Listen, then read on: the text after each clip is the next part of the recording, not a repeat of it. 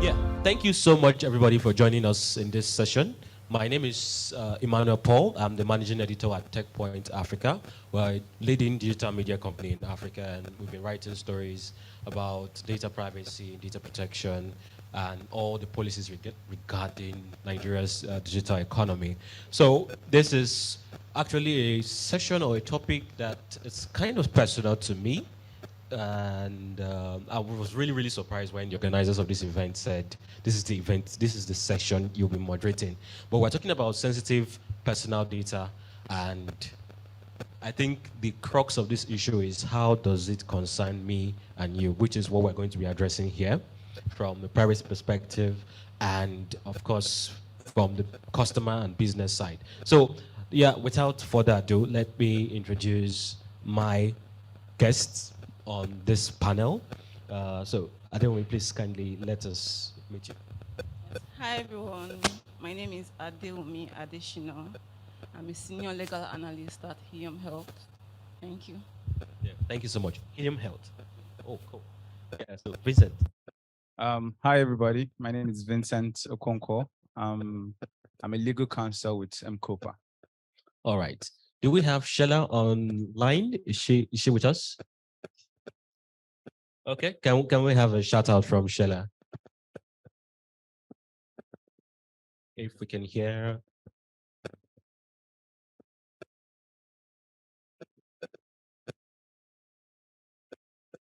Okay, so I guess we were to. Sir? Oh, okay, okay. So I guess you'll be joining us back. So let's dive right into this. So, as important as my questions would be, I think more important would be the questions from you guys. So your questions are more important than mine. You guys are dealing with everything regarding internet and tech, social media every day.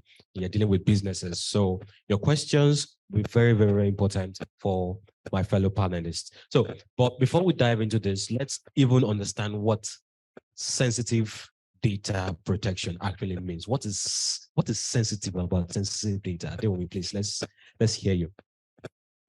Yeah, so as the name implies, sensitive data, they reveal very intimate details about individuals. So they range from their political opinions, their religious beliefs, their health, their sexual orientation, and genetic health, biometric data as well. And from the recently concluded elections, I think it's a perfect illustration of why sensitive personal data like your political beliefs or even your ethnicity, why they are really sensitive. And because of the sensitivity of this type of data, they require an additional level of protection because they expose individuals to specific risks and threats. So for instance, discrimination. I'll keep referring to the elections because during the elections, you could see people who were attacked because of their political beliefs. You could see people who were attacked because of their ethnicity. So yes, that's why sensitive personal data requires extra level of protection because if they get into the wrong hands or if unauthorized persons have access to them, they could really, really endanger individuals. Thank you. Oh, that makes sense. Do you have something to add to that, Vincent? Just to say, just to buttress what she said, um, it's essentially sensitive because while every personal data is by its very definition sensitive, right? It's important information. You should be careful about how you use it. Um, when you talk about sensitive personal data, it implies an additional quantum of risk for the data subject, right? So like you rightly mentioned, information regarding your ethnicity, sexual orientation, for example, it can be information that could be used to deprive you of opportunities. Let's say job, for example. It can be information used to discriminate against you. It could be information that if it's in the hands of the wrong person, could even lead to loss of uh, at risk of sounding like I'm exaggerating, but that's also quite feasible, right? Very possible as well. So that additional layer of risk that it poses to the subject just makes it even more sensitive than how you would consider personal data to be generally. Okay, so let's scare people a little bit, right? Let's scare our audience. Let's say this data gets breached. What's the worst case scenario? What could actually happen? I mean, you hinted at it just now, but what's the absolute worst case scenario? What's the consequence of this? Okay, so let's say a small scale ethnic cleansing is happening, right? And the elections just happened. Obviously, we're not going to have that, but it's not as far-fetched as one could imagine it to be, right? We live in a very volatile world for some reason, especially with the digitization of everything, right? So let's say your employer somehow allows their database to be reached. The whole world knows your ethnicity now, right? If for some reason they were processing that information in the first instance, if someone wants to punish you for a reason of your ethnicity, that's as clear an indication as they could possibly need to go about it, right? So worst case scenario, I would say that, and it's not as far-fetched as you can imagine it to be. Obviously, loss of opportunity is also terrible. It could cause injury. It could pose a health risk to you. It could pose a risk to your family, right? So there's a plethora of risks that come with it. So yeah. Wow. So worst case scenario, death. Okay, that's a bit chilling and scary. But I don't mean for you work in the health space, right? So I guess you can be a little bit more acute with this worst case scenario we're talking about. Like, is there something that can happen to me in the hospital or in the pharmacy if something like this happens? So I'd just like to clarify that I work for a health tech company. So basically, we are an EMR provider. So we don't as if we attend to patients directly. But in any case, like you rightly pointed out, so take for instance, someone is HIV positive, and then that information gets into the wrong hands or gets into the hands of someone who does not like him. All that person, and we live in a digital world. Then the person will just go on social media, expose the person's HIV status, and that could in turn deprive that individual of job opportunities, or it could even lead to discrimination against them because of the severity of that particular medical condition. So yes. So I think as a follow-up, okay. She's online now. Okay. Hello, Shada. Can you hear me? Can you hear us? Okay, she's asking to unmute, I guess. Yes, I can hear you. Oh, okay. Thanks for joining us, Shella. And yeah, we're talking about sensitive data protection and the extra levels of protection and everything that comes with it. So I was just trying to scare the audience a little bit, right? Trying to find out what is the worst case scenario if this sensitive data gets breached. Okay, I mean, for the startup or for the organization, it will be the fine, right? Having to pay up to like 10 million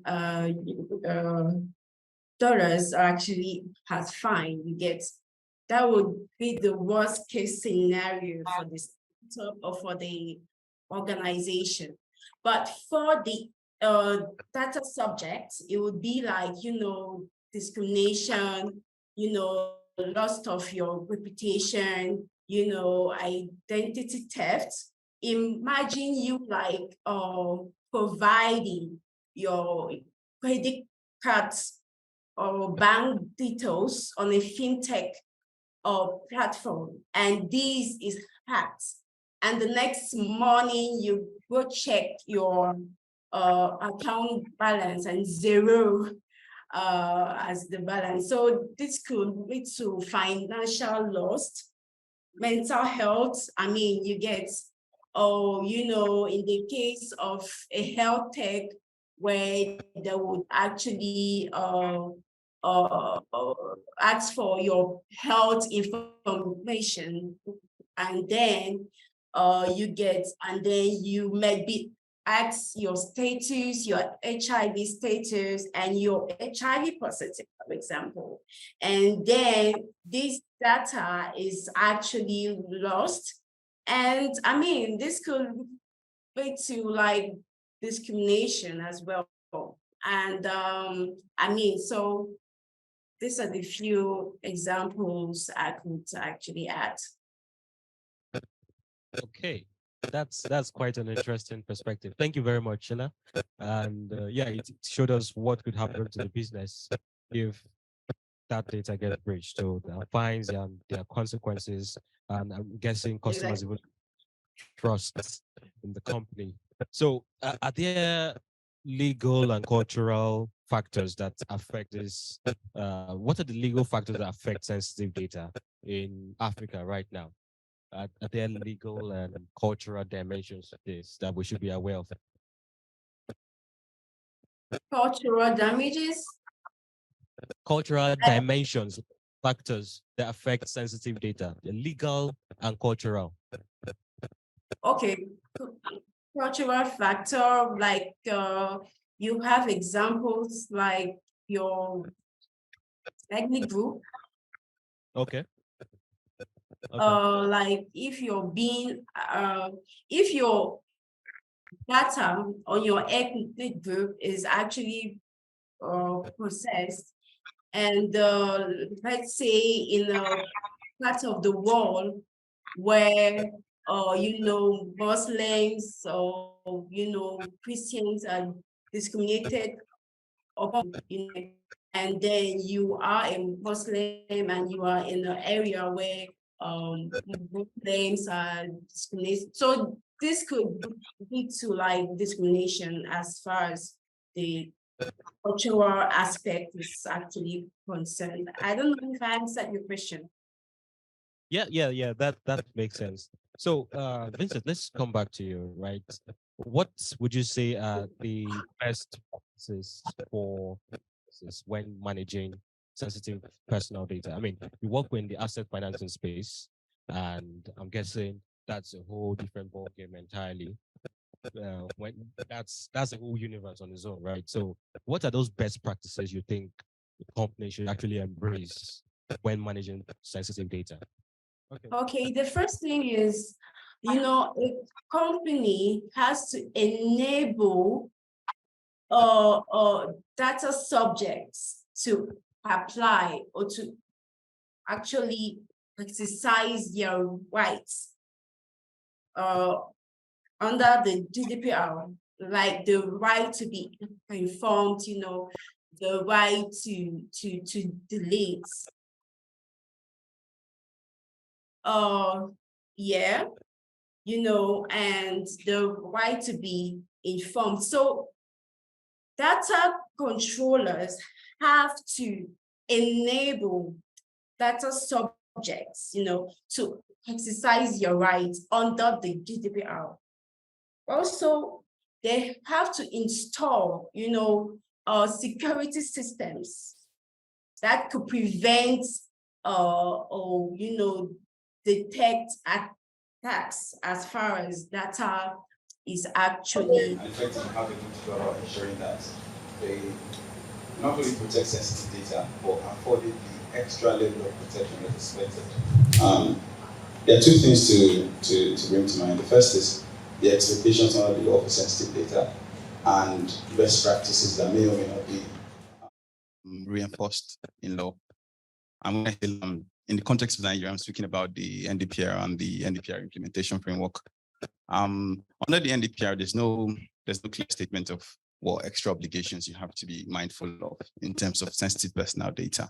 But under the implementation framework, there are three main things that are highlighted in respect of how you interact with personal data. The first is, how you interact with sensitive personal data. The first is, if you process sensitive personal data, you're expected to have a dedicated DPO, right? What that means is a DPO is the data protection officer. It's someone who works within the company to ensure that you have data protection practices in place. You have the requisite processes to ensure privacy by design and default. You're complying with the expectations of the law in terms of processing of personal data, all of that, right? The question might be, wouldn't you need to have that in any case? Well, generally, you may or may not have a DPO, depending on if you fit within specific criteria that have been stated for, companies that should have a DPO, right? Also, the DPO you have may or may not be required to be dedicated, right? But the moment you start processing personal data, you have to get a dedicated DPO. So someone whose primary function would be to interact with your data protection compliance landscape as a company. That's one. The second would be, if you're processing sensitive personal data, for each new processing activity that involves sensitive personal data, you have to carry out a DPIA which is a data protection impact assessment, right? And then the third expectation is if you're going to process sensitive personal data, you have to get explicit consent. What explicit consent means is the person has to give conscious, transparent, clear, unambiguous, non-bundled, and affirmative confirmation that you're fine to use that sensitive personal data. So it won't be a case of you assuming that the person agrees. It won't be a case of you pushing out a pre-ticked box, assuming that they give consent to processing of that sensitive personal data. It won't be a case of you slipping your authority to process sensitive personal data under a long list of processing activities, or assumed that what you would ordinarily expect it to do. It has to be clear. So those are what's expected under the implementation framework. But in terms of best practices, what would be advised is all the data protection that exists, right? So long as it's in the context of sensitive personal data, you have to rethink each one of them. So if it's the principle of minimization, you have to become extra careful in minimizing. If you don't need the sensitive personal data, it's not a question of better have and not need than need and not have. You have to be completely certain. If you don't need it, don't get it, because the extra level of exposure that it provides to your company does not justify the risk of just having it in case, right? So the measure of minimization goes higher, right? If it's a principle of purpose limitation, you have to become extra careful about limiting it, right? If someone gives you personal data because they're purchasing the service from you, you can't, take that, let's say, as part of, for some reason, you need to get my information about my ethnicity, right? To sell some product to me. I don't know what the scenario would be, but somehow you need it to sell that product to me. You can't, after selling that product to me, use that personal data to, repurpose marketing. So maybe you're not marketing ethnic specific products to me, right? Ordinarily, that would be wrong. But in the context of sensitive personal data, the risk becomes heightened. And I would imagine the regulator would frown at it even more than they ordinarily would frown at it, right? So in addition to what's expected, for all of those principles, you double check, you reinforce, and you heighten. And that one I would just quickly, I can't run through all the principles, but security, right? That's also very important. So things like encryption, you have to become less, you have to become more finicky about, how you're going about encrypting sensitive personal data, how you're pseudonymizing, the data subject with sensitive personal data you have, how you're archiving the control systems you have, change management systems you have, and all of that. So just heightens everything in addition to what's expected under the law. Thank you so much, Vincent. Yeah, please, a round of applause for that very, very, very explosive analysis. So what is meant by informed consent, Adeomi? So you mentioned explicit consent, and it's not just something you bury under fine print of terms and conditions and all of that. But can you give us like a little bit of insight on informed consent? And please start preparing your question. I might have time for just one or two questions for any of our panelists. So yeah. Thank you. So as the name implies, informed consent means you've provided the data subject or individual with the adequate information they need to make an enlightened decision as to whether or not they want to grant you consent. So this information is typically contained in what is called a privacy notice. So who are you as an organization? What data are you collecting? Why are you collecting the personal data? What is the legal basis for your processing the personal data? How long do you plan to retain the personal data for? Are you sharing the personal data with third parties? Is there going to be international transfer of the personal data? So basically all this information, make sure you provide it to the data subject before you obtain consent from them. And additionally, it's also very important that the language you use in your privacy notice is simple, clear, and concise.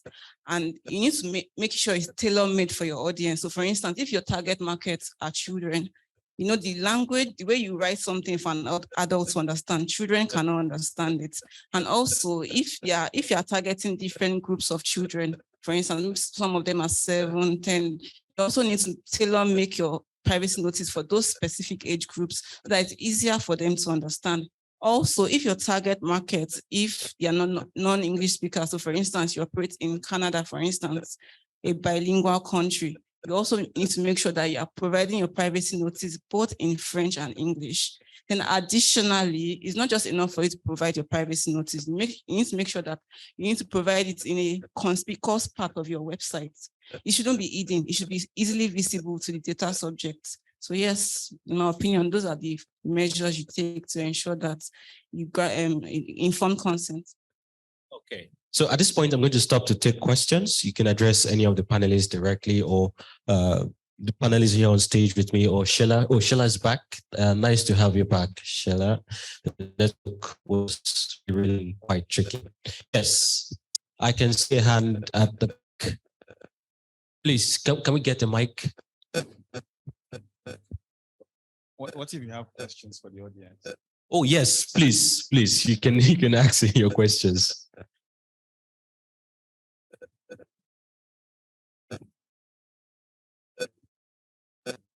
Thank you.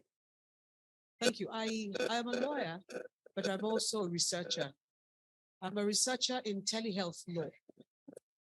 And that really strikes me as why I'm here. That's really why I'm here, because I want to learn from it.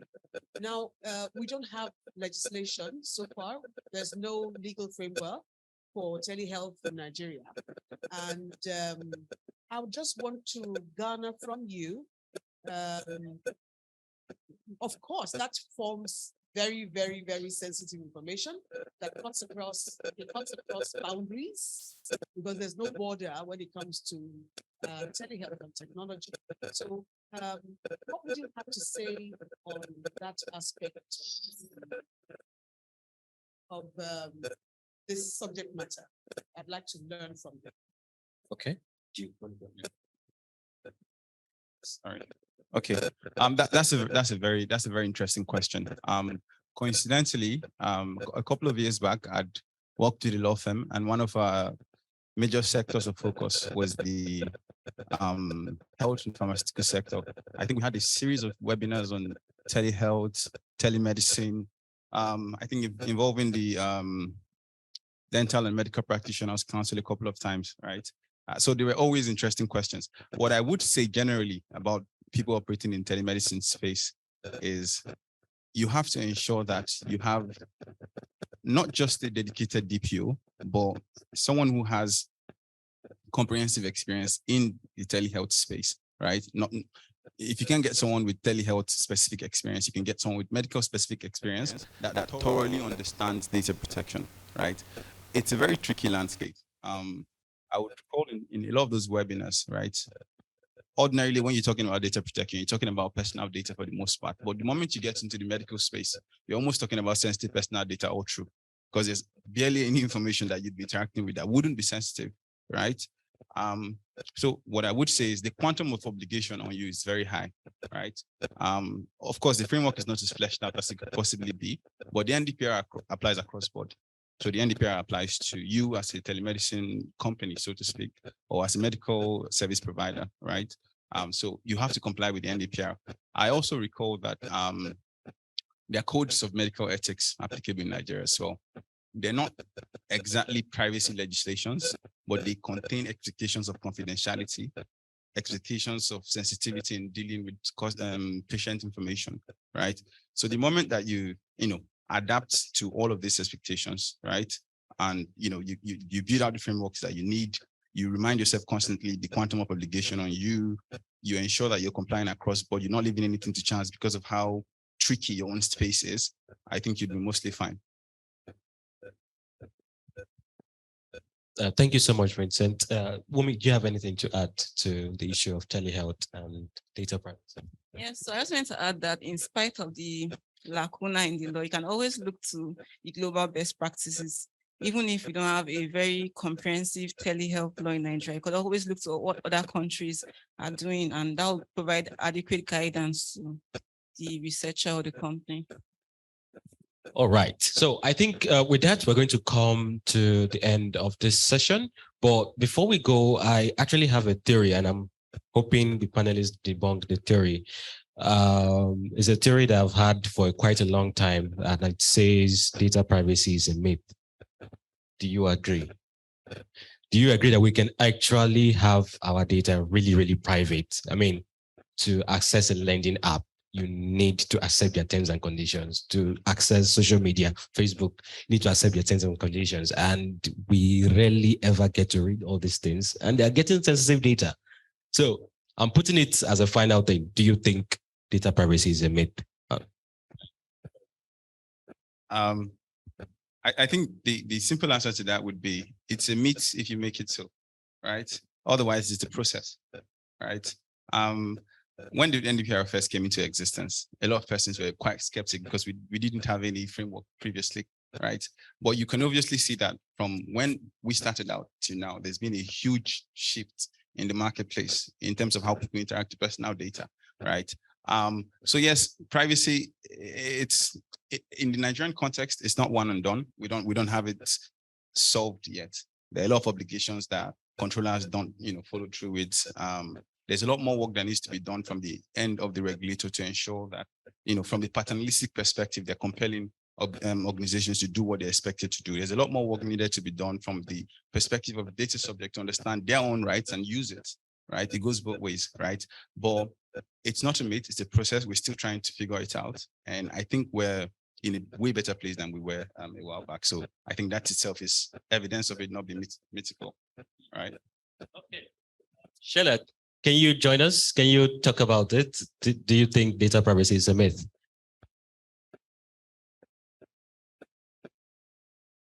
Yes.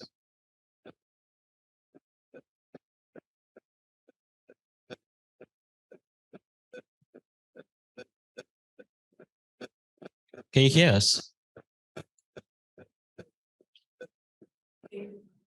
Yes, I can hear you. Yes, I was asking if you think data privacy is a myth. Do you think we're just wasting No, our... it's actually not a myth because, their regulations, their frameworks actually trying to, safeguard our data. So I don't think it's a myth.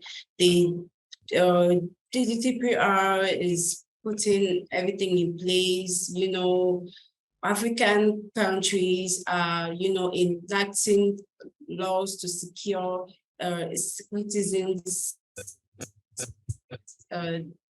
data. So I don't think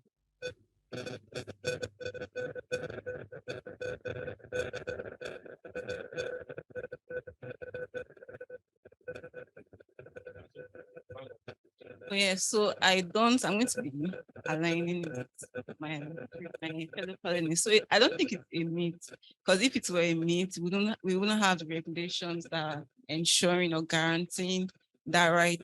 While it's still in its infancy stage in Nigeria, we're still going to get to the point where there will be stricter measures, stricter scrutiny. So every organization will do well to ensure that they're taking active steps to ensure that the rights of data subjects are adequately protected. Thank you. All right. So with that, we come to the end of our session. And thank you very much for listening attentively to our discussion. So yeah, please, a round of applause for our panelists. Really, really wonderful people. Thank you, Vincent. Thank you, Wumi. And thank you, Sheila, for a wonderful session.